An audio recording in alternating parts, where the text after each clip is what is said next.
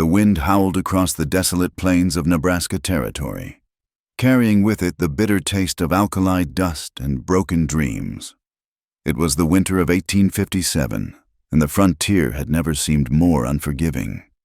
Sarah Mitchell pressed her face against the frosted window of their small cabin, watching the endless expanse of prairie grass bend and break under the weight of the coming storm.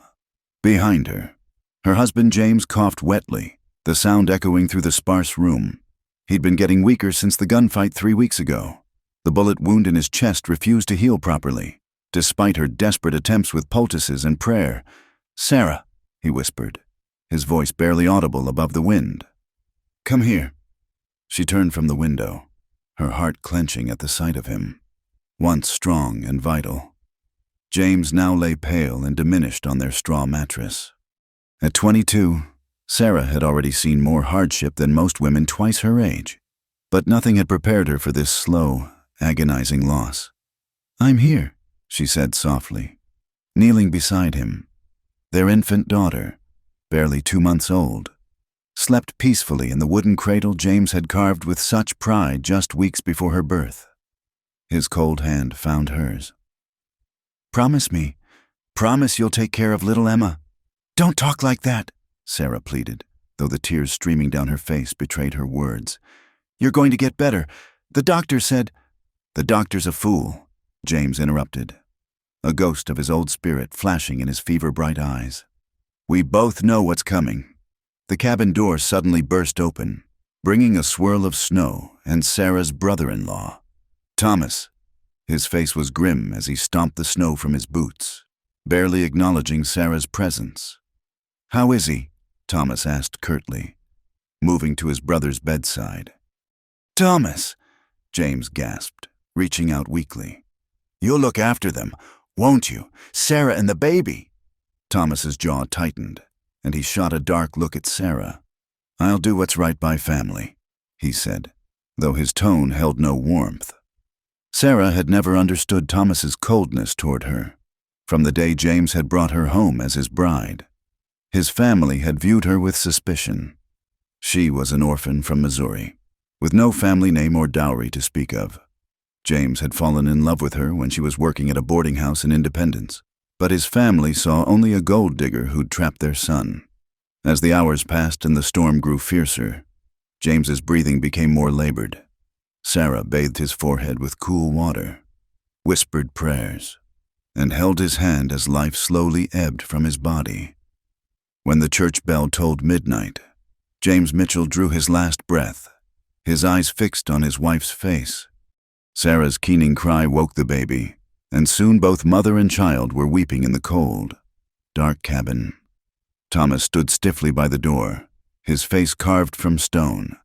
"I'll fetch the minister come morning," he said, "and mother." The funeral was a hasty affair. The ground was too frozen for a proper burial, so James's body was placed in the cold storage shed until spring. Sarah stood at the brief service, Emma clutched to her chest, surrounded by James's family who offered no comfort, only accusatory stares. "It's her fault," she heard James's sister, Martha, whisper to their mother. "Ever since she came here, nothing but trouble. First the cattle sickness, then the drought, and now this. Bad luck follows some women." Their mother, Agnes Mitchell, replied loudly enough for Sarah to hear, "James should have married the Henley girl like we wanted." After the service, Thomas cornered Sarah in the cabin. "This land belongs to the Mitchell family," he said without preamble. "Was my father's before it passed to James, and now it comes to me." Sarah stared at him in disbelief. "But James built this cabin for us. This is our home." "Was," Thomas corrected coldly. "You've got 3 days to gather your things and leave." "Leave?" Sarah's voice cracked. "Where would I go? I have a baby. Thomas, your brother's child." "Should have thought of that before you led him astray," Martha interjected from the doorway. "A proper wife would have kept him from that foolish fight. A proper wife would have brought blessing, not curse." Sarah's hands trembled as she held Emma tighter. The fight hadn't been James's fault. He'd been defending their claim from riders who'd tried to steal their horses. But she knew explaining would fall on deaf ears. Please, she begged. At least let me stay until spring. The baby. 3 days, Thomas repeated firmly. After that, you're trespassing on Mitchell land. The next days passed in a blur of packing and desperate attempts to find help. Sarah walked to town through knee-deep snow. Emma wrapped in every blanket she owned, knocking on doors of people she'd thought were friends. I'm sorry, Sarah. Mrs. Henderson said, not meeting her eyes. We just don't have the room. At the general store. Mr.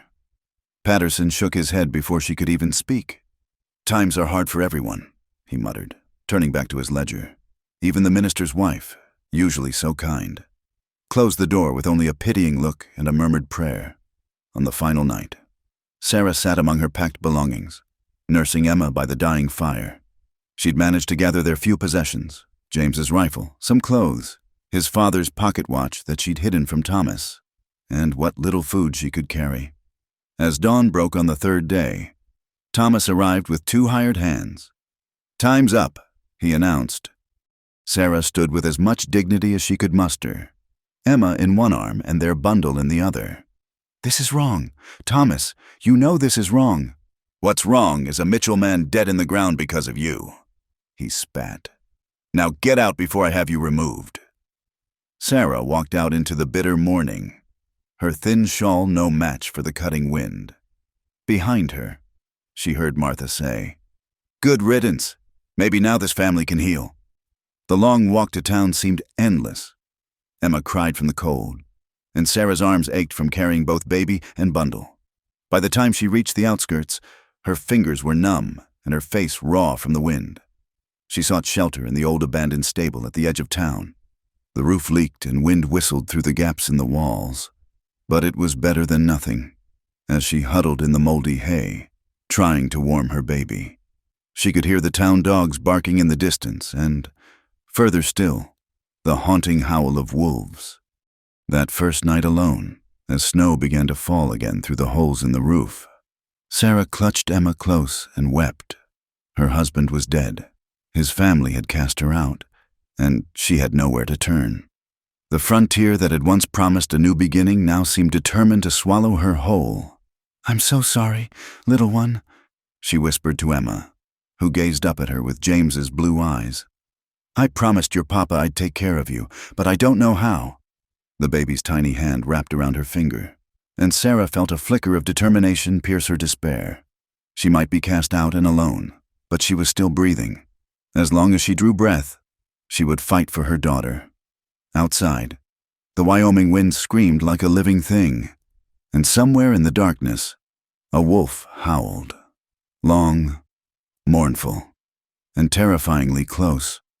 Sarah pulled the thin blanket tighter around them and began to sing softly, the same lullaby her own mother had sung years ago, before fever took her too. The frontier was cruel, but Sarah Mitchell would not surrender. Not yet. The morning sun brought no warmth to the abandoned stable.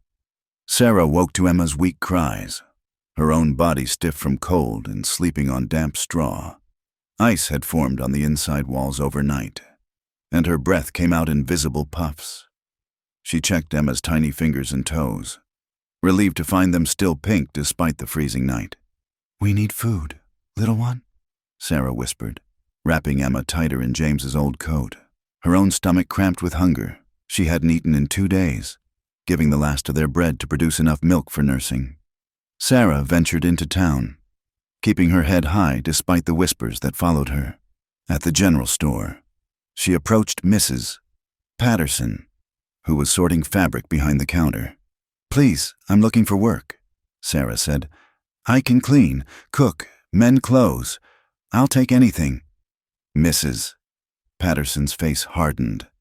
We don't need help.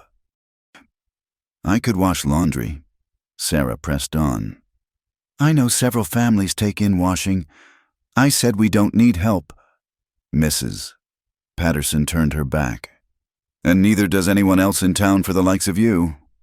Sarah tried the boarding house, the bakery, even the saloon's kitchen door. The answer was always the same. Turned away before she could finish speaking. by noon. Emma was crying inconsolably, and Sarah's desperation had reached a breaking point. She made her way to the well in the town square, hoping to at least get fresh water. As she struggled to work the pump with one hand while holding Emma, a shadow fell across her. "Sarah Mitchell!" She looked up to see Agnes, her mother-in-law, standing with Martha and two other churchwomen.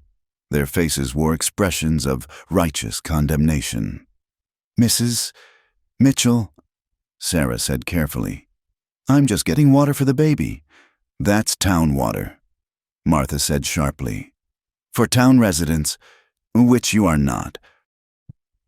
Please, she's thirsty." Agnes stepped forward and deliberately knocked the bucket from Sarah's hand, spilling the precious water across the frozen ground. "You should have thought about that before you brought curse upon my son." The other women murmured their agreement. One of them, Mrs. Henley, mother of the girl James should have married, spoke up. "It's shameful, dragging that poor baby around like a beggar. If you had any decency, you'd give her to a proper family to raise." Sarah clutched Emma tighter. "She's my daughter." "And look what kind of life you're giving her," Agnes said coldly. "No home, no food, no future. Is that what James would want?" Before Sarah could respond, Agnes turned on her heel and walked away, the other women following like a flock of black crows. Sarah stood frozen, watching the spilled water turn to ice on the ground. That evening, exhausted and desperate, Sarah found herself outside the Gilded Horse Saloon. Through the frosted windows, she could see the warm glow of oil lamps and hear laughter. Her pride warred with Emma's needs. Finally, she went around to the back door and knocked.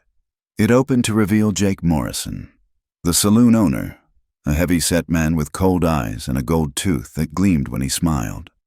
"Well, well, the widow Mitchell." His gaze traveled over her slowly. "Heard you were looking for work?" "Yes, sir. I can cook, clean. I might have something for you," he interrupted, stepping closer. The smell of whiskey and cigars wafted from him. "Pretty woman like you could do very well here. Of course, it wouldn't be cooking I'd need you for." Sarah's stomach turned. "I don't understand." Jake's smile widened. "Oh, I think you do. Got rooms upstairs, steady customers.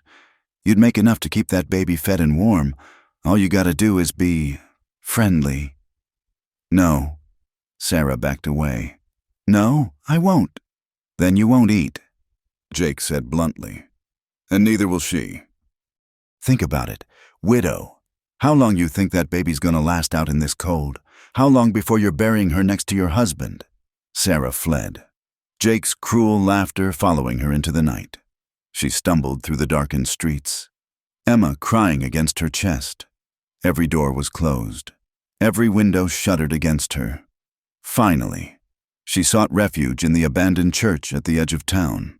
The building had been damaged by fire the previous summer, and the congregation had moved to a new building, leaving this one to rot. Half the roof was gone, and snow had drifted into the corners, but the altar area was still partially covered. Sarah sank down behind the old pulpit, fashioning a nest from moldy hymn books and torn curtains. Moonlight streamed through the broken windows, casting eerie shadows across the charred pews. In the distance, she could hear coyotes yipping. "Her husband's death left her cast out by her in-laws with a newborn," she whispered to the darkness, the words bitter on her tongue. It seemed like something from a tragic ballad. Not her life. Just months ago, she'd been a wife with a home, a future. Now she was nothing but a ghost haunting the edges of civilization. Emma's cries grew weaker, more pitiful. Sarah tried to nurse her, but her milk was drying up from lack of food and water. Panic clawed at her throat. Her baby was dying, and she was powerless to stop it. "Please, God," she prayed, rocking Emma gently. "I don't care what happens to me, but please help her. She's innocent in all this." A sudden sound made her freeze, footsteps crunching through snow outside. Sarah held her breath, pulling Emma close. The footsteps came closer, and the broken church door creaked open.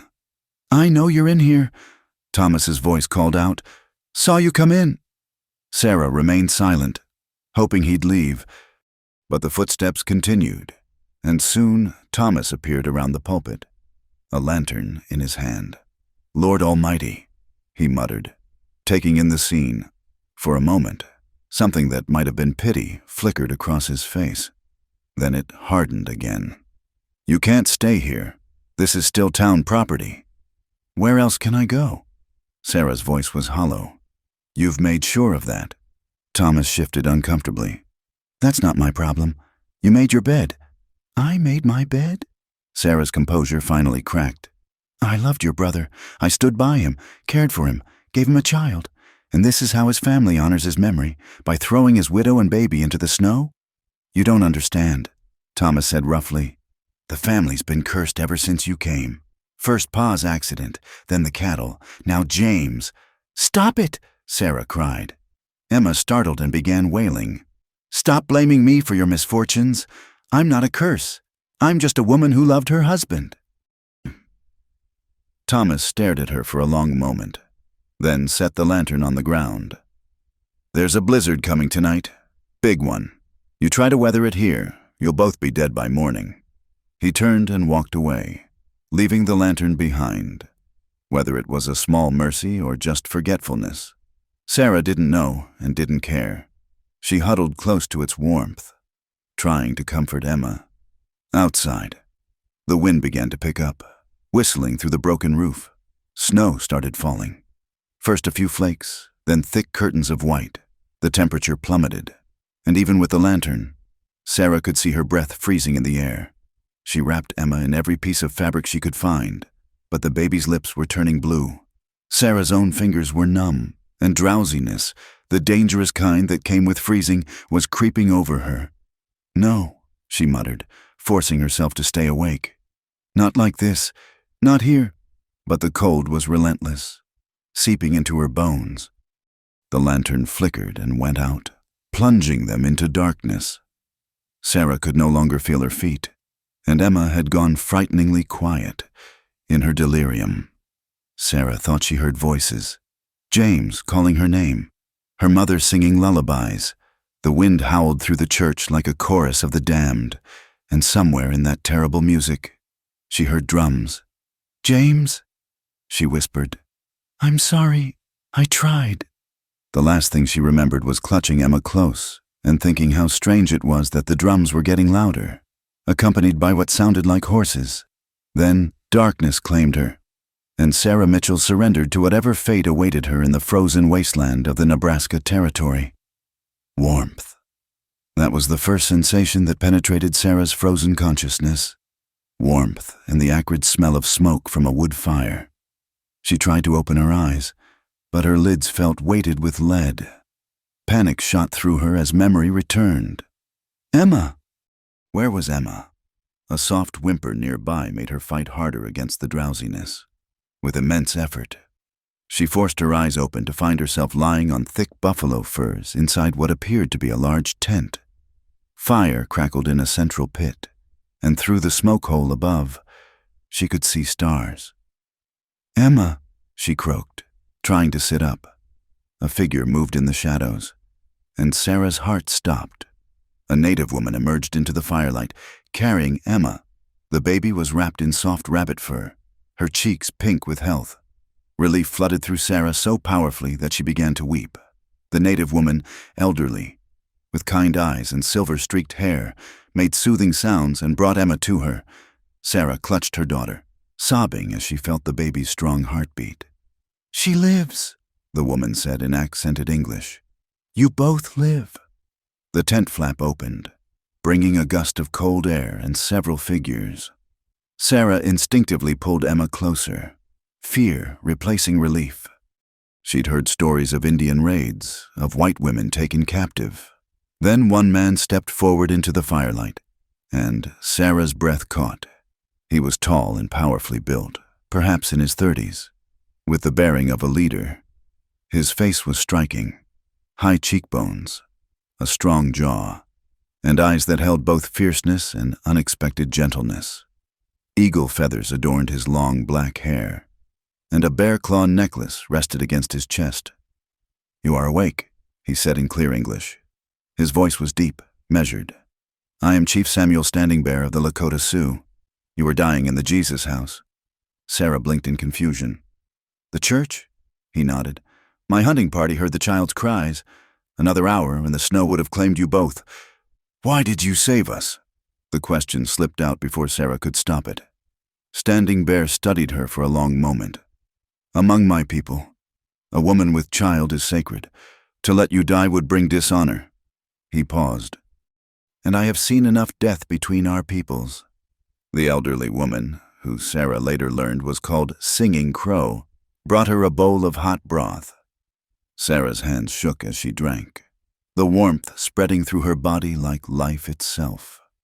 Over the next hours, as Sarah recovered, she pieced together what had happened. The hunting party had been returning to their winter camp when the blizzard forced them to seek shelter.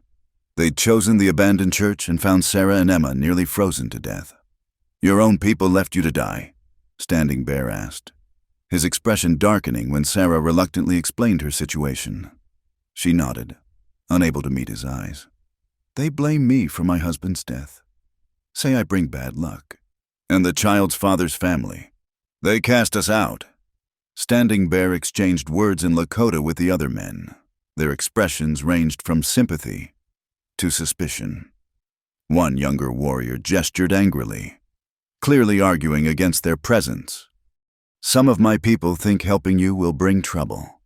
Standing Bear translated, "White soldiers have been pushing us from our lands. Trust is difficult." Sarah understood. The tensions between settlers and native tribes had been escalating for years. James had often spoken worriedly about it. "I understand if you want us to leave," she said quietly, though the thought of going back into the cold filled her with dread. Standing Bear was quiet for a long time, watching the fire. Finally, he spoke. "Tomorrow, when the storm passes, you will choose. Return to your people, or travel with us to our winter camp. The choice is yours." That night, as Sarah lay on the buffalo furs with Emma safely beside her, she stared at the tent's smoke hole, watching snow fall gently through it. The Lakota had given her more kindness in a few hours than her own people had shown in days, but accepting their help meant crossing a line that white society would never forgive. Morning brought clear skies and bitter cold. The hunting party prepared to continue their journey, packing efficiently. Standing Bear approached Sarah as she stood outside the tent. Emma bundled against her chest. "Have you decided?" Sarah looked toward town, visible in the distance. Smoke rose from chimneys of homes where she'd never be welcome. Then she looked at Standing Bear, this stranger who'd saved her child's life. "If I come with you, what happens to us?" "You stay alive," he said simply. "The winter will be hard, but my people will not turn away a woman and child in need. And after winter, you decide again." One of the warriors brought up a horse, clearly expecting her to return to town. Sarah saw several townspeople had gathered at the edge of Main Street, drawn by the sight of Indians so close. She could see their faces even from this distance. Shock, disgust, condemnation. Among them stood Agnes Mitchell with Thomas and Martha. Agnes's face was a mask of righteous fury. Sarah could imagine what they were thinking. First she'd cursed their family. Now she was consorting with savages. Sarah turned back to Standing Bear. "I'll come with you." If he was surprised, he didn't show it. He simply nodded and spoke to his men in Lakota. The younger warrior who'd argued against her protested again. But Standing Bear's response was firm and final. They lifted her onto a horse, securing Emma safely against her. As the party began to move, Sarah heard shouts from the town. Some of the men were mounting horses, apparently intent on rescuing her. Standing Bear noticed too. He rode back to meet them at a safe distance, his warriors flanking him. Sarah couldn't hear the exchange, but she saw the town men's faces. Mayor Harrison, Reverend Mills, and Thomas among them. The confrontation was brief. Standing Bear's presence, backed by 20 armed warriors, made any thought of forced rescue foolish. The town men retreated, but not before Thomas shouted loud enough for Sarah to hear. "You're no longer white. You hear me? You choose to go with them savages. You're dead to decent folk." Sarah felt each word like a physical blow. But she kept her eyes forward. Emma stirred against her chest, making soft baby sounds. And Sarah found strength in her daughter's trust. The journey to the winter camp took 2 days through snow-covered plains and wooded valleys. Sarah had never seen such wild, untouched beauty. Herds of elk moved like shadows through the trees, and eagles circled overhead. Standing Bear often rode beside her, occasionally pointing out landmarks or checking that she was warm enough. He spoke little, but his presence was oddly comforting. "Why do you speak English so well?" she asked during one of their brief stops. "Mission school. When I was young," he replied, his expression suggesting it wasn't a pleasant memory. "The black robes thought they could make us white by teaching us your words. They succeeded only in teaching us to understand our enemies better. Is that what I am? An enemy?" He looked at her thoughtfully. "You are a mother protecting her child. This, I understand." When they finally reached the winter camp, Sarah gasped. It was larger than she'd expected. Dozens of teepees arranged in careful circles, smoke rising from their peaks. Children played in the snow while women worked outside their lodges. The scene was industrious, alive. Nothing like the savage chaos white society had led her to expect. Their arrival caused a commotion. People emerged from teepees to stare at the white woman among their hunters. Children ran alongside the horses, chattering excitedly in Lakota. Some faces showed curiosity, others suspicion, and a few outright hostility. Standing Bear led them to the center of camp, where an elderly man waited, clearly a chief or elder of great importance. The 2 men spoke at length in Lakota, gesturing occasionally towards Sarah. She caught her own name and Emma's, and what sounded like Jesus' house. Finally, the elder approached. His face was deeply lined, but his eyes sharp as obsidian. He studied Sarah for a long moment, then reached out to touch Emma's head gently. The baby gurgled, reaching for his weathered finger. He spoke, and Standing Bear translated. "My father, Chief Red Cloud, says the child has a strong spirit. She will survive the winter." He paused. "He gives permission for you to stay." Relief flooded through Sarah, but it was short-lived. A woman's angry voice cut through the crowd, and people parted to reveal a young native woman storming toward them. She was beautiful, with flashing dark eyes and elaborate beadwork on her dress. She unleashed a torrent of words at Standing Bear, gesturing furiously at Sarah. Her meaning was clear even without translation. She did not want the white woman here. "Who is she?" Sarah asked Singing Crow, who had appeared at her elbow. "Pale Moon," the elderly woman replied quietly. "She wishes to be Standing Bear's wife. She sees you as—" She searched for the English word. "Competition." Sarah felt heat rise in her cheeks. "But I'm not— that's not why—" Singing Crow patted her arm.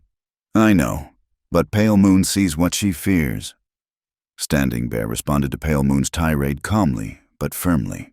When she continued to argue, his voice took on an edge of authority that made her step back. She shot Sarah a venomous look before stalking away. "Come," Standing Bear said to Sarah. "Singing Crow will show you where you stay."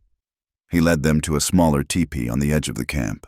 It was clean and well-maintained, with thick furs piled inside and a fire pit ready for use. "This was my sister's lodge," he explained. "She died of the white man's sickness last winter. Her husband remarried and lives elsewhere now." Sarah didn't know what to say. To thank him for shelter that came from tragedy seemed wrong somehow. Standing Bear seemed to understand her silence. "She had a daughter, about your child's age, also lost to sickness." His jaw tightened. "Perhaps it is fitting that life returns to this lodge." As he turned to leave, Sarah found her voice. "Chief Standing Bear, why are you doing this? Really?" He paused at the tent flap, his broad back to her. "In the Jesus house, you held your child and prepared to die rather than give her up. This is the heart of a true warrior." He looked back at her. "Among my people, such courage is honored, whether in man or woman, white or Lakota." Then he was gone, leaving Sarah alone with Emma in their new shelter. As she arranged their few belongings and started a fire, Sarah wondered what James would think of her now. Would he understand? Or would he, too, call her race traitor? Emma cooed happily, seemingly unbothered by their dramatic change in circumstances. Sarah kissed her daughter's forehead and began to sing softly, the same lullaby her mother had sung, but now it mixed with the distant sound of Lakota drums and singing, creating a strange but not unpleasant harmony. Outside, snow began to fall again, but inside the teepee it was warm and safe. For the first time since James's death, Sarah allowed herself to hope that they might actually survive the winter. Whatever came after, whatever judgment or condemnation awaited, would have to wait for spring. The first weeks in the Lakota camp passed in a blur of adjustment and survival. Sarah learned quickly that life here followed rhythms as old as the earth itself, rising with the sun, sleeping when darkness fell, every action purposeful and connected to survival. Singing Crow became her guide and teacher, showing her how to maintain the fire that must never die, how to cook with buffalo meat and wild roots, how to repair tears in the teepee covering. The elderly woman was patient but exacting. "Your hands are soft like a child's," she observed one morning as Sarah struggled to scrape a hide. "Life will make them strong." The work was harder than anything Sarah had known, but it kept her mind from dwelling on her losses. Emma thrived in the warm teepee, growing round-cheeked on the rich milk Sarah could now produce thanks to better food. Still, acceptance came slowly from the tribe. Some women welcomed her, curious about white customs and eager to trade knowledge. Others, led by Pale Moon, maintained cold distance. Children were the most accepting, fascinated by Sarah's pale skin and light hair, often reaching out to touch her when they thought adults weren't watching. Standing Bear visited daily, always with a practical purpose, bringing firewood, checking the teepee's stability, ensuring they had enough food. He rarely stayed long, but Sarah found herself looking forward to his visits with an anticipation that troubled her. One evening, as a blizzard raged outside, he lingered longer than usual. Sarah was struggling to keep Emma entertained in the confined space when Standing Bear produced a small carved horse from his pouch. "For the little one," he said, offering it to Emma, who grabbed it with delighted squeals. "You made this?" Sarah asked, admiring the delicate work. "Long winters give time for such things." He watched Emma gnaw happily on the toy. "My sister's daughter loved horses. I made many for her." The pain in his voice was carefully controlled but unmistakable. Sarah understood that grief, the weight of it, the way it could ambush you in quiet moments. "Tell me about her," she said softly. Standing Bear was quiet so long she thought he wouldn't answer. Then, slowly, he began to speak of his sister, Grey Dove, her laughter, her skill with beadwork, her fierce love for her daughter. The white man's sickness, smallpox, had taken them both within days of each other. "The whites bring diseases our medicine cannot fight," he said bitterly. "They take our land, our buffalo, and even the air we breathe becomes poison." Sarah didn't know what to say. She couldn't deny the truth of his words. "Yet you saved me," she said finally. "A white woman." Standing Bear looked at her directly then, his dark eyes unreadable. "You are not responsible for what your people do, just as I'm not responsible for every warrior who takes a white scalp." He stood to leave. "We are all just trying to survive." As winter deepened, Sarah's presence in camp became routine, though not without friction. She learned basic Lakota phrases, enough to understand simple conversations and make her needs known. The day she successfully bartered for warm mittens using her broken Lakota. Even some of the suspicious women smiled, but it was an incident with Pale Moon that truly began to shift perceptions. Sarah had gone to the stream for water. Emma, strapped to her back in the cradle board Singing Crow had shown her how to use. The ice had been broken earlier by others, but the path was treacherous. As she knelt to fill her water skin, she heard a cry and splash. Pale Moon had slipped on hidden ice and fallen into the deeper part of the stream. The current, swift beneath the ice, was pulling her under. Without thinking, Sarah dropped everything and plunged in. The cold was shocking, stealing her breath, but she managed to grab Pale Moon's reaching hand. For a terrifying moment, The current threatened to take them both. Then Sarah's feet found purchase on a submerged rock, and she hauled them both toward shore. Other women, drawn by the commotion, pulled them out. Sarah's teeth chattered so hard she couldn't speak as they hurried both women to the nearest teepee. Emma, thankfully dry in her cradle board, wailed at the excitement as the women worked to warm them, rubbing their limbs and wrapping them in furs. Pale Moon stared at Sarah with something like shock. "You could have died," she said in halting English. Sarah, still shivering, managed to reply, "So could you." That night, the story spread through camp. A white woman who couldn't swim well had risked her life for someone who openly despised her. The next morning, Pale Moon appeared at Sarah's teepee with a gift, a pair of beautifully beaded moccasins. "For your kindness," she said stiffly, then added more softly, "I was wrong about you." From that day, the coldness from the women's side of camp thawed considerably. Sarah was invited to join sewing circles, learned to make pemmican, and was even taught some of the simpler dances for women. But it was Standing Bear's changed behavior that affected her most. He began staying longer during his visits, teaching her Lakota words, telling stories of his people's history. One night, he brought his flute and played haunting melodies that made Emma stop fussing and stare in wonder. "My grandfather taught me," he explained. "He said music speaks when words fail." Sarah felt something dangerous stirring in her heart as she watched him play, firelight dancing across his strong features. She forced herself to remember James, but his face was already growing hazy in her memory, like a painting left in the rain. One clear winter morning, Standing Bear invited her to watch the buffalo hunt. "Women sometimes go," he said, "to help with the butchering after." Sarah bundled Emma warmly and joined the group of women following the hunters. The sight of the buffalo herd, massive and dark against the white snow, took her breath away. She watched Standing Bear ride with the other warriors, his skill with both horse and bow evident even to her untrained eye. The hunt was successful, and Sarah worked alongside the other women, learning to use every part of the animal. Nothing was wasted. Meat for eating, hides for clothing and shelter, bones for tools, even the stomach lining for water bags. As she worked, blood staining her hands, Sarah felt a profound shift in herself. The woman who'd worn silk gloves to church in Independence seemed like a stranger. This life was hard, often brutal, but it was honest. There were no pretenses here, no false smiles hiding cruel intentions. That evening, exhausted but satisfied, Sarah sat outside her teepee watching the sunset paint the snow pink and gold. Standing Bear approached, carrying a choice cut of meat from his kill. "For you and the child," he said, but instead of leaving as usual, he hesitated. "May I sit?" Sarah nodded, acutely aware of his presence beside her. They sat in comfortable silence, watching the camp settle into evening routines. "You did well today," he said finally. "Many white women would faint at such work. I'm not most white women."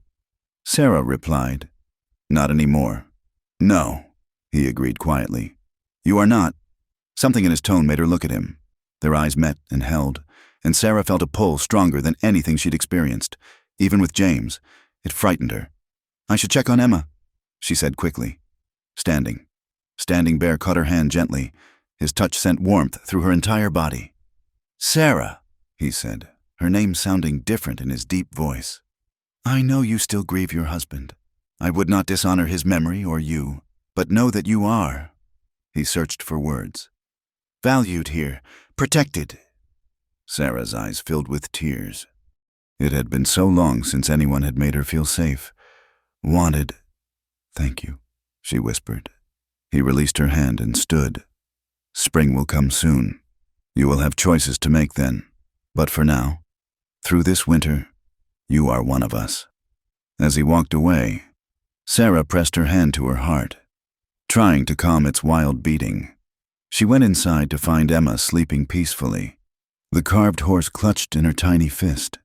Looking at her daughter, Sarah made a decision. Whatever feelings were growing between her and Standing Bear would have to wait.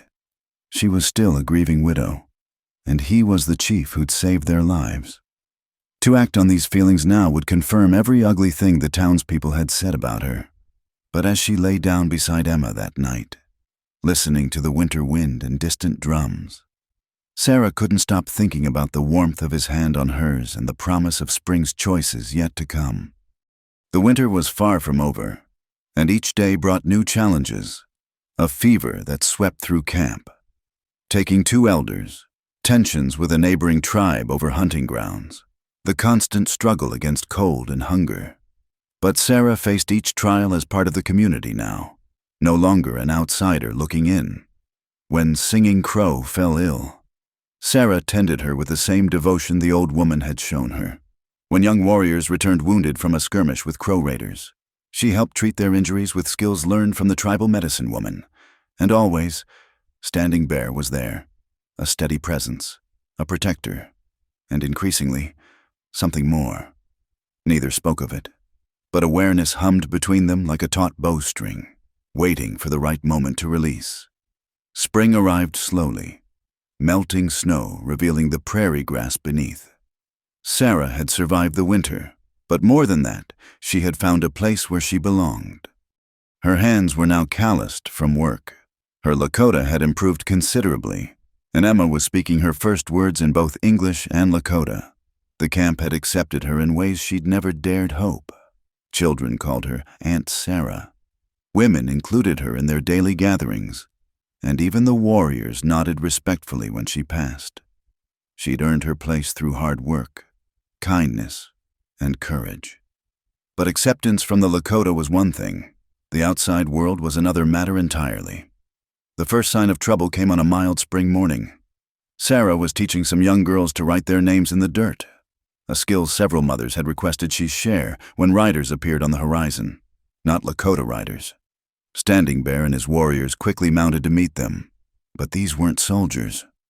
Sarah's heart sank as she recognized the lead rider, Reverend Mills from town, accompanied by several armed men, including Thomas Mitchell.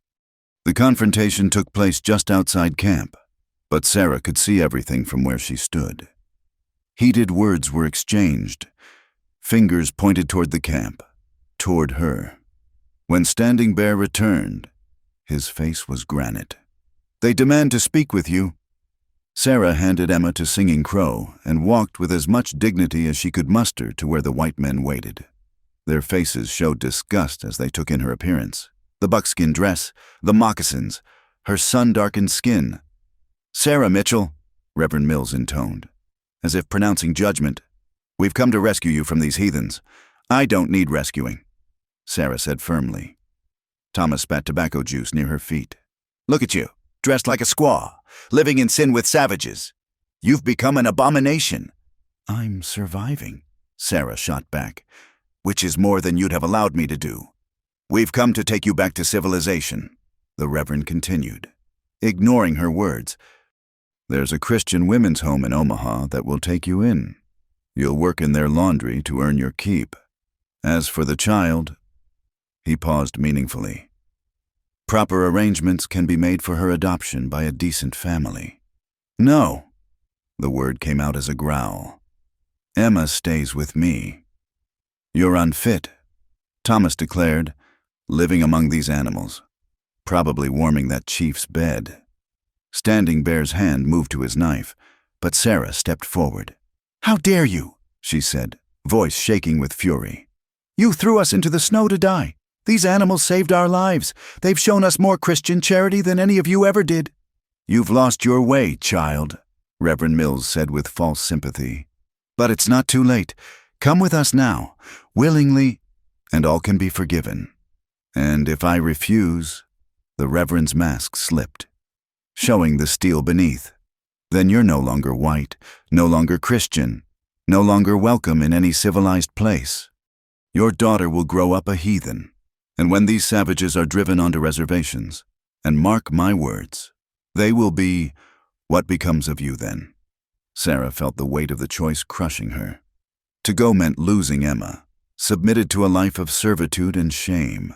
To stay meant cutting all ties to the world she'd known, becoming truly outcast.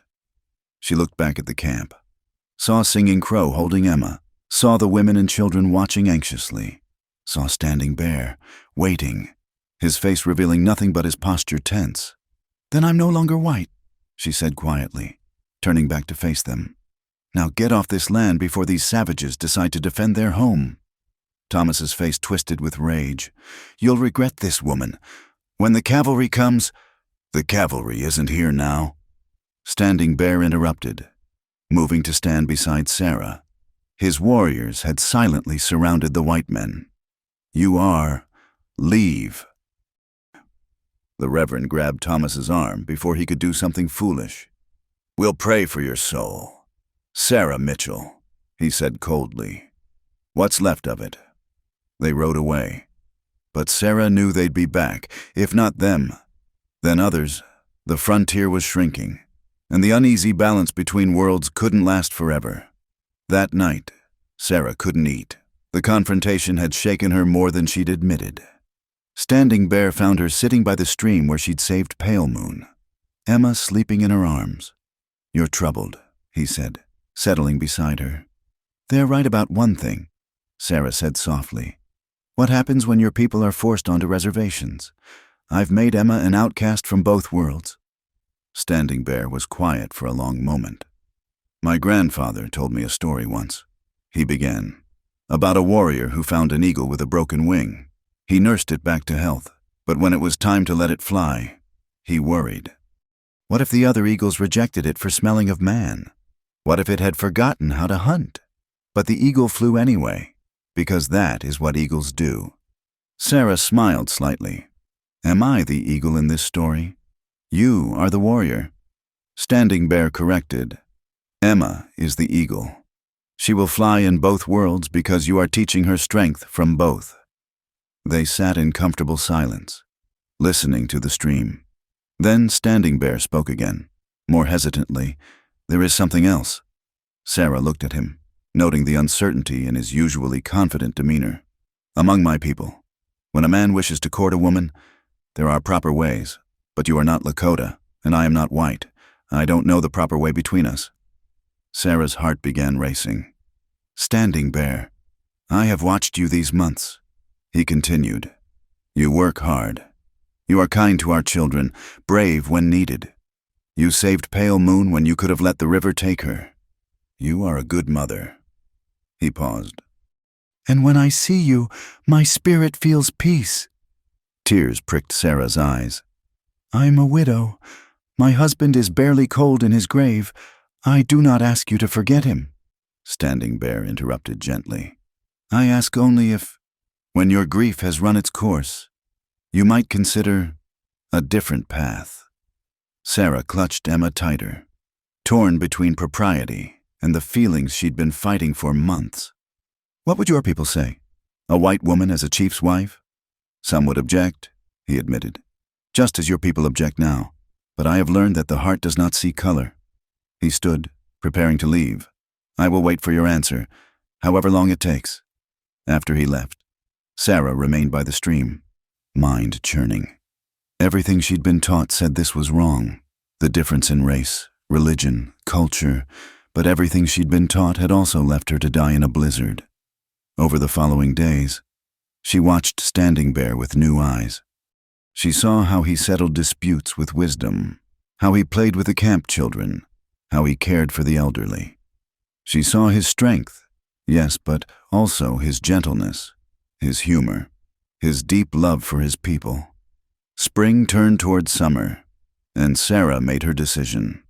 One evening, she approached Standing Bear's teepee with Emma on her hip and a bundle in her arms. He emerged at her call, and his eyes widened at what she carried, a pair of moccasins she'd made herself, decorated with the clumsy but earnest beadwork she'd been learning. Among the Lakota, when a woman accepted a man's courtship, she might make him moccasins. It was a simple gesture, but one that spoke volumes. "They're not very good," Sarah said nervously. "Singing Crow tried to teach me, but—" Standing Bear took them reverently, as if they were made of gold. "They are perfect," he said softly, then louder, for the whole camp to hear. "I accept them." There were murmurs throughout the camp, some approving, others less so. But Pale Moon stepped forward, surprising everyone. "She has earned her place," Pale Moon declared. "She is Lakota in her heart, if not her blood." That night, the camp celebrated with drumming and dancing. Sarah danced awkwardly at first, then with growing confidence, Emma laughing in her arms. Standing Bear watched with an expression of such tenderness it made her heart ache. But even in celebration, Sarah saw the shadows gathering. More white settlers were moving into the territory. There were rumors of new military forts being built, of treaties being broken. The life she was choosing was not just unconventional. It might be doomed. Standing Bear seemed to sense her thoughts. As the celebration wound down, he drew her aside. "I cannot promise you an easy life," he said seriously. "Our ways are under threat. There may come a day when—" Sarah silenced him with a gentle touch to his lips. "No one can promise an easy life," she said. "James couldn't. The townspeople couldn't. But you've given me something more precious. A place where Emma and I belong." He caught her hand, pressing it to his cheek. "Then we face whatever comes together." As Sarah walked back to her teepee that night, she felt the weight of her choice. She'd crossed a line that could never be uncrossed. In the eyes of white society, she was now truly fallen, a race traitor, a woman beyond redemption. But looking at Emma sleeping peacefully, seeing the warm greetings from the people who'd become her family, feeling the promise of love with a man who saw her worth when her own people had cast her out, Sarah knew she'd made the only choice she could. The path ahead was uncertain, fraught with dangers both known and unknown. But for the first time since James's death, she faced that uncertainty not with fear, but with hope. Tomorrow would bring its own challenges.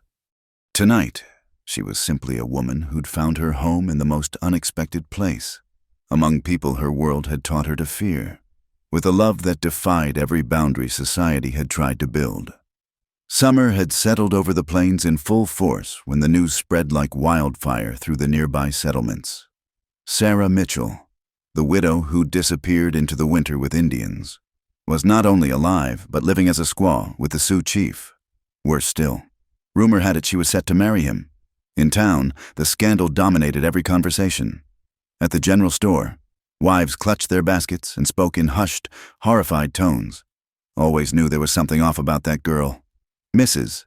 Patterson declared, "no decent woman would choose such a life." "It's an abomination," Agnes Mitchell added, her face pinched with disgust. "She's brought shame upon my poor James's memory. Thank the Lord he's not alive to see this degradation." Reverend Mills called a special prayer meeting, dedicating the evening to praying for Sarah's corrupted soul and discussing the Indian problem that threatened their Christian community. The church was packed, righteous indignation filling the air like incense. "That woman has chosen savagery over salvation," the Reverend thundered from his pulpit. "She's turned her back on God, on decency, on her own race, and that innocent child, growing up among heathens, learning their barbaric ways. It's a tragedy that demands action." Thomas Mitchell stood up, his face red with anger. "I say we petition the military. They need to clear out that whole nest of savages and rescue that child, even if her mother is beyond redemption." Murmurs of agreement rippled through the congregation. Plans were made to send word to Fort Laramie to demand military intervention.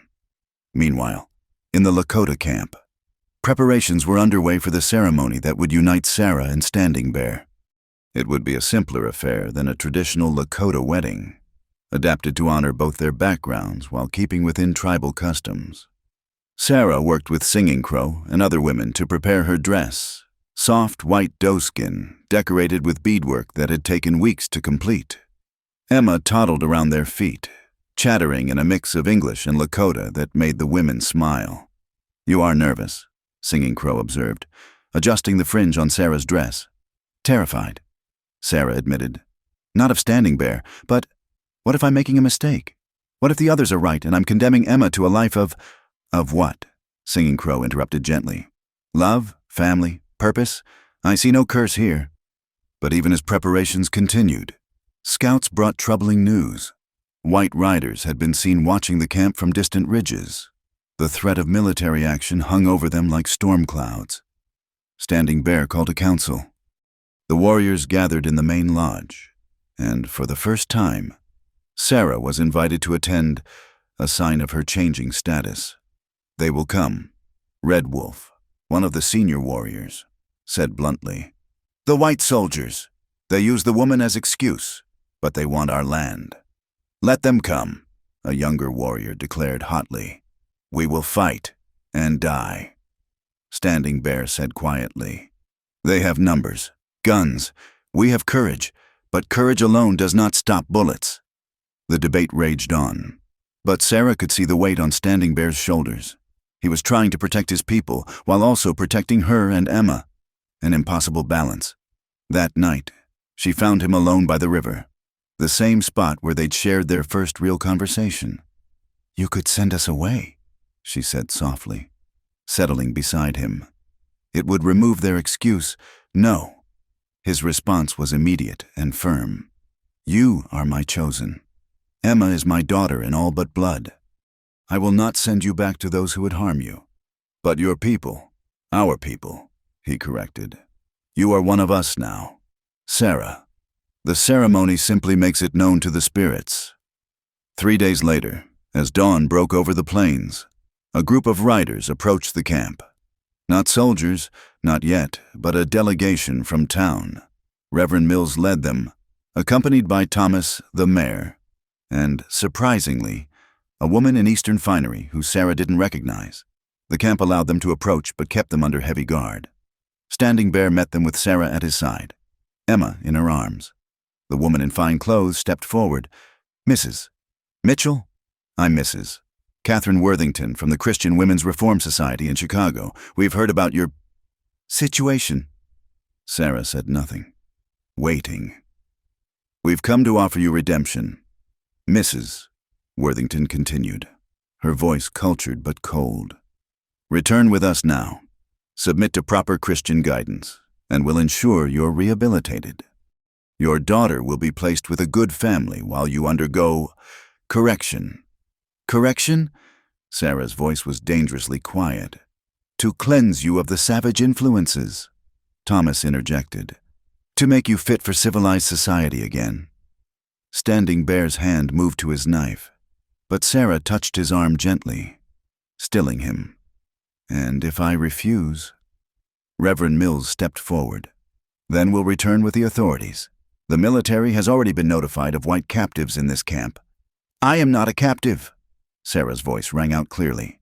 "I chose this life. I choose this man. I choose this family for my daughter and myself."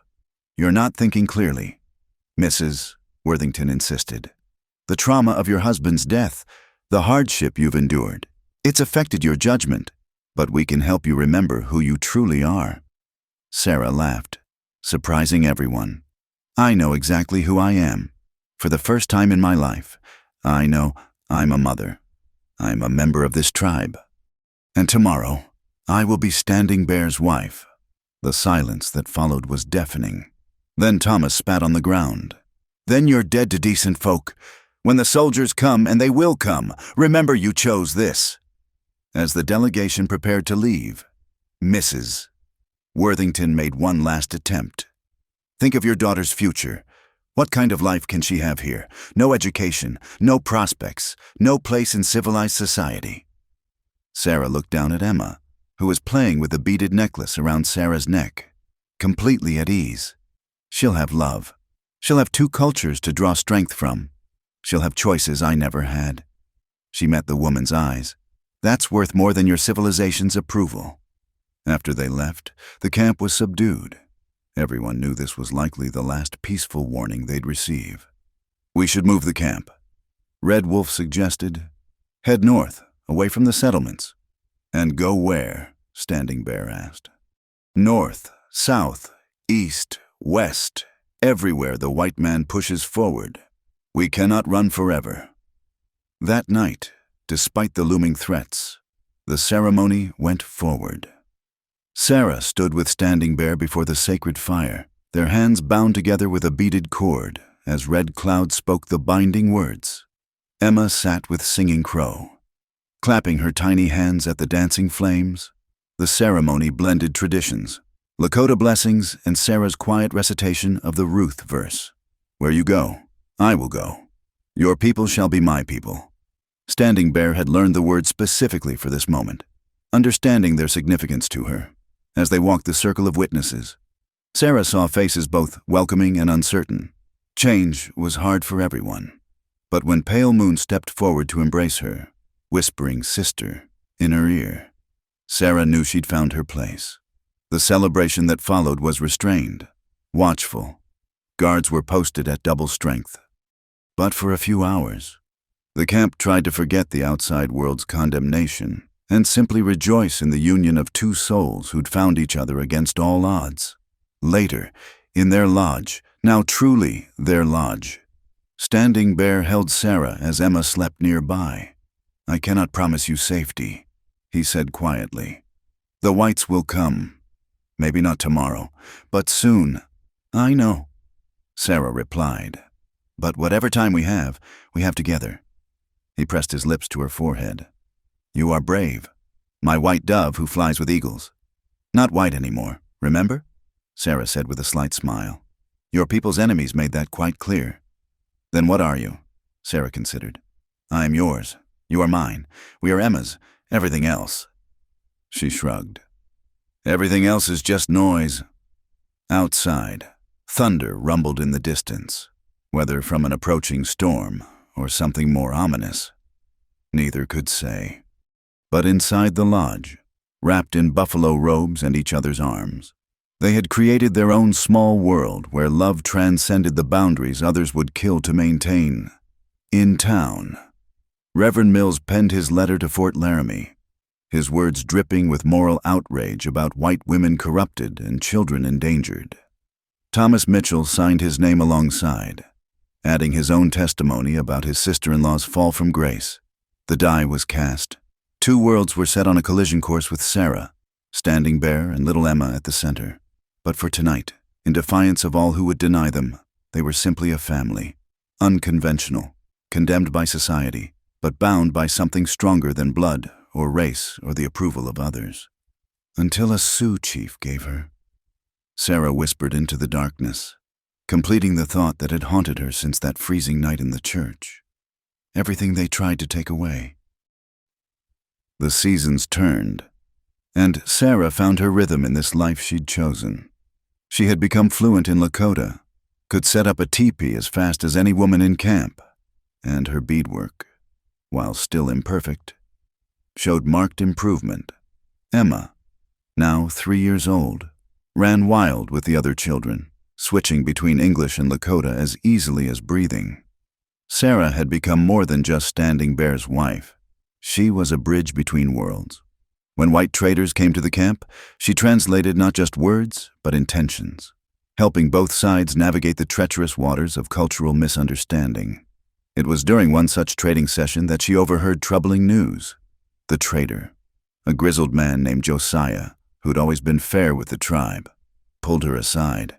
"There's talk at Fort Laramie," he said quietly. "Military's planning something. They say there's a white woman and child being held captive here." "I'm no captive," Sarah said firmly. Josiah nodded. "I know that. You know that. But them officers, they got orders, and your folks in town been stirring up a powerful fuss. That reverend, especially, says it's their Christian duty to rescue you." Sarah felt the familiar chill of dread. They'd had 2 years of relative peace, but she'd always known it couldn't last. That night, she shared the news with Standing Bear. He listened gravely, then called a council. The debates were long and heated. Some wanted to fight, others to flee. Still others suggested sending Sarah away for the tribe's protection. "I will not run," Sarah declared when that suggestion arose. "This is my home. These are my people. Emma knows no other life." "The whites will use you as excuse to attack," Red Wolf argued. "Your presence endangers everyone." "My presence changes nothing," Standing Bear interjected. "They want our land, our hunting grounds. Sarah is merely their justification. Without her, they would find another." The council reached no easy answers, But preparations began. Weapons cleaned, escape routes planned, provisions gathered. The camp took on an air of watchful waiting. It was late autumn when everything changed. Sarah was teaching a group of children basic letters in the dust when the attack came. Not soldiers. Worse, a group of whiskey-drunk buffalo hunters and townsmen, led by Thomas Mitchell. The raiders struck at dawn, catching the camp off guard. Sarah grabbed Emma and ran for the trees, but they'd been seen. "There she is!" Thomas roared. "The white whore and her brat!" Gunfire erupted. Warriors scrambled for weapons while women and children fled. Sarah saw Singing Crow fall, clutching her shoulder. Pale Moon dragged her to safety while screaming warnings. Standing Bear appeared from nowhere, placing himself between Sarah and the attackers. His rifle spoke twice, dropping 2 men, but there were too many. "Run!" he commanded Sarah. "Take Emma to the sacred caves. Go!" But Sarah had learned too much from these people to abandon them now. She placed Emma in the arms of a fleeing woman, then grabbed a fallen warrior's bow. Her first arrow went wide, but her second found its mark in a raider's shoulder. The battle was brutal but brief. The Lakota's superior knowledge of the terrain and fighting skills drove the attackers back, but at a cost. 3 warriors lay dead, 7 more wounded. The camp was in chaos, teepees burning, horses scattered. As the survivors regrouped, Standing Bear surveyed the damage with the expression of stone. The raid had failed to rescue Sarah, but it had succeeded in something else. It had given the military the excuse they needed. "They will say we attacked them," he said quietly. "That we are hostiles who must be subdued." Sarah cradled Emma, who miraculously was unharmed but terrified. "I'm so sorry," she whispered. "This is because of me." "No." Standing Bear's voice was firm. "This is because of hatred, because of greed, because they cannot accept that you chose us over them." The tribe worked through the night, tending wounded, repairing what they could. Sarah labored alongside them, her hands now skilled at treating injuries with traditional medicines. When she'd cleaned and bandaged the last wound, she found Standing Bear alone by the river. "We cannot stay here," he said without preamble. "The soldiers will come now, with numbers we cannot match. Where will we go? North. There are still lands where we might find peace. For a time." He turned to her, and she saw the weight of leadership crushing him. "Some will not survive the journey. The old, the wounded." Sarah took his hand. "We go together, or not at all." He pulled her close. "I should have sent you away when I had the chance. I would have come back." Sarah said simply, "This is where I belong." The next days were a blur of preparation. The entire camp would move, leaving behind the sacred grounds they'd occupied for generations. Sarah helped the elderly pack their few precious belongings, her heart breaking as she watched them touch the earth in farewell. It was while organizing the medical supplies that she noticed Emma playing with the other children, organizing them into a game. The little girl moved seamlessly between groups, accepted by all, giving orders in both languages. In that moment, Sarah saw the future, not the death of one culture or the other, but the possibility of something new, something bridged. "She is hope," Singing Crow said, following Sarah's gaze. Despite her wounded shoulder, the old woman had refused to be left behind. "Children like her, they will heal what we have broken." The night before their departure, a lone rider approached under a white flag. It was Josiah, the traitor. "Military's a day behind me," he reported grimly. "Full company, maybe more." They got orders to bring in Standing Bear and recover the white woman and child. Peaceable if possible, by force if necessary. "Tell them the white woman is dead," Sarah said suddenly. All eyes turned to her.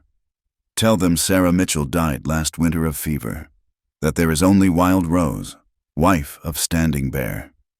Josiah studied her, the sun-darkened skin, the Lakota dress, the child at her hip, who looked more native than white. "They won't believe it."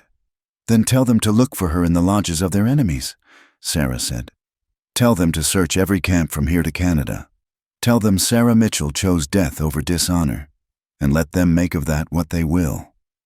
The trader left with the message, though none believed it would stop what was coming. That night, the last in their ancestral camp, Standing Bear held a ceremony. He spoke of change, of adaptation, of the strength found in unity. "We are like the river," he said. "When we meet a rock, we do not stop. We flow around, over, through. We change course but never cease moving toward our destination." As dawn broke, the tribe began its journey north. Sarah walked beside the travois carrying the wounded. Emma sometimes riding, sometimes running with the other children. Behind them, smoke rose from the cavalry's approach. "Mama," Emma said, pointing back. "Fire?" "No, little one," Sarah said in Lakota. "Just the old world burning. We go to find a new one." Standing Bear rode back to check on them, his face grim but determined. "Scouts report the soldiers have reached our old camp. They are searching for you. Let them search," Sarah said. "Sarah Mitchell is gone. There is only Wild Rose now." He smiled slightly at her use of the name the children had given her, Wild Rose, for the way she'd bloomed fierce and beautiful in unlikely soil. The journey north was hard. Winter came early and harsh. They lost 2 elders to the cold and a child to fever. Each death was a weight on Sarah's heart, lives that might have been saved if not for her presence causing this exile. But there were moments of grace too. Emma's laughter as she played in fresh snow, the successful hunt that fed everyone for a week. The evening pale moon gave birth to a healthy son, with Sarah serving as midwife. "You see," Singing Crow said one night as they huddled around a small fire, "life continues, love continues. We adapt, we survive, we overcome." Sarah looked around at these people who'd become her family. They'd lost so much because of her, their homes, their sacred places, their security. Yet none blamed her. She was one of them now, for better or worse. Standing Bear joined her as she stood watch one cold night. The northern lights danced overhead, painting the sky in impossible colors. "Do you regret?" he asked quietly. Sarah considered the question. In choosing him, she'd lost any chance of returning to white society. Emma would grow up between worlds, fully accepted by neither. They were fugitives now, always moving, always watching for pursuit. "I regret the pain brought to your people," she said finally, "but regret choosing you. Choosing this life, never." He wrapped his buffalo robe around them both. "The spirits told me in a vision," he said, "that from our union would come children who walk in both worlds, who will speak for peace when the killing time comes." Sarah thought of Emma, already showing wisdom beyond her years, moving effortlessly between cultures. Perhaps that was worth any price. The hope that understanding might bloom from their defiance of boundaries. "Then we keep walking," she said. "North, south, wherever the path leads, together." Behind them, the abandoned camp stood empty. Soldiers searching for a white woman who no longer existed. Ahead, the uncertain future waited. But in this moment, under the dancing lights, Wild Rose stood with her chief, her daughter, and her people, unbreakable in their unity, despite all who would tear them apart. The bridge between worlds was not built of grand treaties or noble gestures. It was built one choice at a time, one heart at a time, one child who called both cultures home. 5 years had passed since that desperate flight north. The small band had found refuge in a hidden valley where the mountains met the plains, a place known only to a few trusted native tribes. Here, they'd rebuilt their lives far from the reaching arms of military patrols and vengeful townspeople. Emma, now 8 years old, ran through the tall grass with her younger brother, Samuel Standing Bear, the son Sarah had born 3 winters ago. The boy had his father's strong features and his mother's determined spirit. Behind them toddled little Mary, just 2 years old, her laughter ringing across the valley. Sarah watched them from the entrance of their lodge, her hands working automatically on the intricate beadwork that would decorate a cradle board for Pale Moon's expected child. The years had changed her skin permanently bronzed by sun, her hair now worn in traditional braids, her body strong from the constant work of survival. "They grow like spring flowers," Singing Crow observed, settling beside her with more difficulty than in years past. The elder's health had declined during their travels, though her spirit remained fierce. "Too fast," Sarah agreed, her eyes never leaving the children. "Sometimes I wonder what future awaits them." It was a question that haunted her. In this valley, they were safe but isolated. Emma was brilliant, absorbing every lesson Sarah gave her, writing stories in both English and Lakota. But what opportunities would she have in this hidden place? Standing Bear returned from a hunting expedition that evening with troubling news. He'd encountered native runners from the south with word that the wars between whites and Indians had intensified. Entire tribes were being forced onto reservations, their children taken to boarding schools to kill the Indian and save the man. "How long before they find us here?" Sarah asked that night as they lay together, the children sleeping peacefully nearby. "Perhaps they never will," Standing Bear said, but uncertainty colored his voice. "Or perhaps tomorrow. We live each day as it comes." The next morning brought an unexpected visitor. Josiah, the trader, older and grayer but still making his rounds to the scattered tribes. Sarah hardly recognized the woman reflected in his shocked expression. "My God," he breathed. "Sarah Mitchell, they said you were dead." "Sarah Mitchell is dead," she replied calmly in Lakota-accented English. "I am Wild Rose, wife of Standing Bear." Josiah's eyes took in the children, lingering on Emma, who was helping her mother with the trading. The girl moved with a natural grace, speaking to Josiah in perfect English while translating for the other women in Lakota. "Your family back in town," Josiah began, then stopped at Sarah's sharp look. "I have no family there. These are my people. Those are my children. That is my husband." Her voice was firm, final.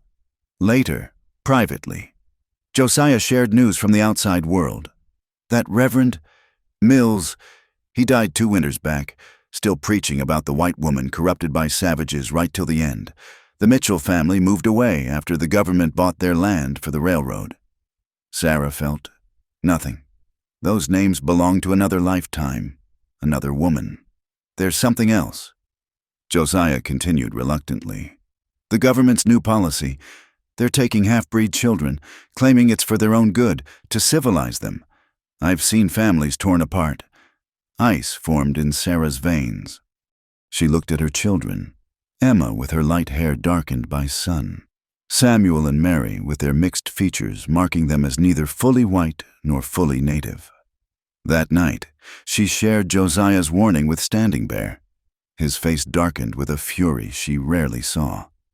"They will not take our children," he said with deadly certainty. "I will die first." "We both will," Sarah agreed. "But death won't keep them safe." They began to plan. Emma, old enough to understand danger, was taught to hide at the first sign of strangers. Secret caches of supplies were hidden throughout the valley. Escape routes were mapped and practiced. It was during one such practice that Emma asked the question Sarah had dreaded. "Mama, why do some people hate us?" Sarah knelt beside her daughter, searching for words. "Because we prove their rules wrong," she said finally. "They say white and native cannot mix, cannot love, cannot create beautiful children like you. Our existence challenges their beliefs, and that frightens them." "But we're happy," Emma said, confusion clear in her young voice. "Yes, my love, we are, and that frightens them most of all." Winter came early that year, brutal and unforgiving. The hidden valley became a frozen fortress, nearly impossible to navigate for those who didn't know its secrets. The tribe huddled close, conserving food and warmth. It was during the worst blizzard that Singing Crow's spirit finally departed. Sarah held the old woman's hand as she passed, singing the death songs she'd learned, promising to care for the people as Singing Crow had cared for her. "You are the bridge," Singing Crow whispered with her final breath. "Your children, the future." They couldn't bury her until spring, keeping her wrapped body on a scaffold as was tradition. Sarah mourned deeply. Singing Crow had been her teacher, her mother in all but blood. Spring's thaw brought beauty and danger in equal measure. A military patrol was spotted 2 valleys over, clearly searching for something or someone. The tribe prepared to move again if necessary, but it was Emma who provided an unexpected solution. The child had been writing constantly, stories of her life that blended both cultures. When Josiah next visited, she shyly showed him her work. The trader was astounded. This is remarkable. The perspective of a child living between worlds. People should read this. No, Sarah said immediately. It's too dangerous. But Standing Bear was thoughtful. Perhaps not. If the white world could see through our daughter's eyes, see that we are not savages, but people. It was a risk, but they eventually agreed.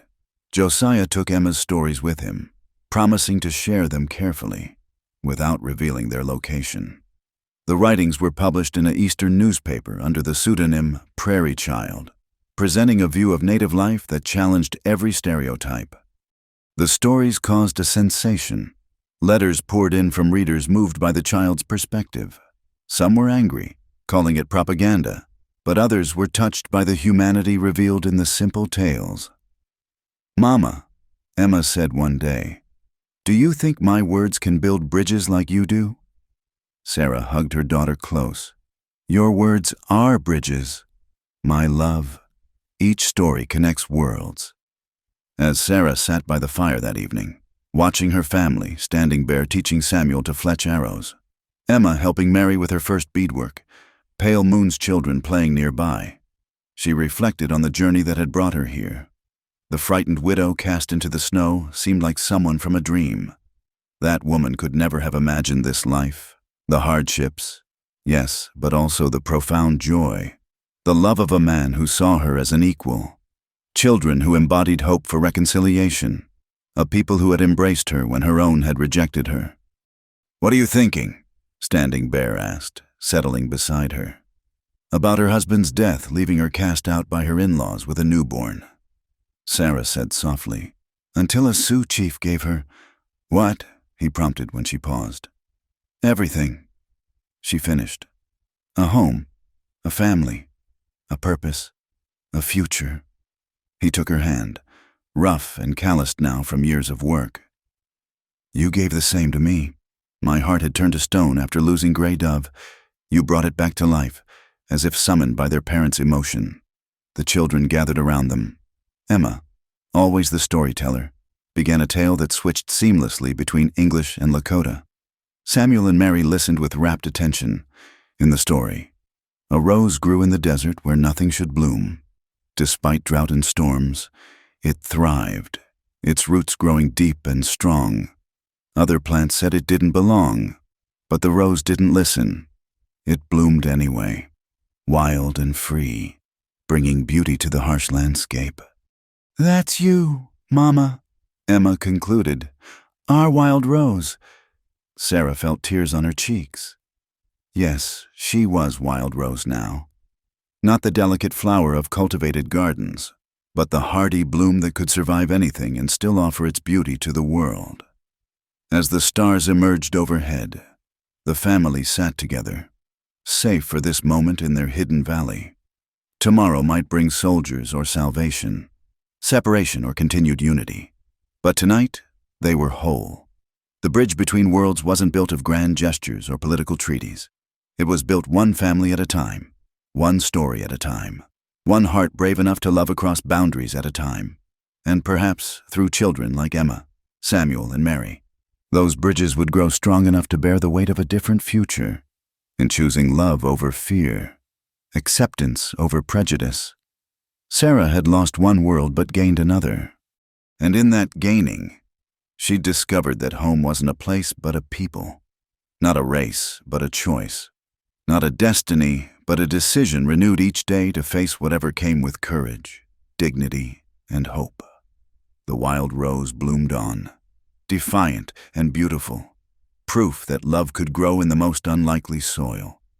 Thank you for listening to this story of love, survival, and courage in the Old West. I'd love to know where you're enjoying this tale from. Please share your location in the comments so we can connect with listeners around the world. Don't forget to subscribe to the From Wild West channel for more authentic frontier stories that touch the heart and challenge the mind. What did you think of Sarah's journey? Share your thoughts below.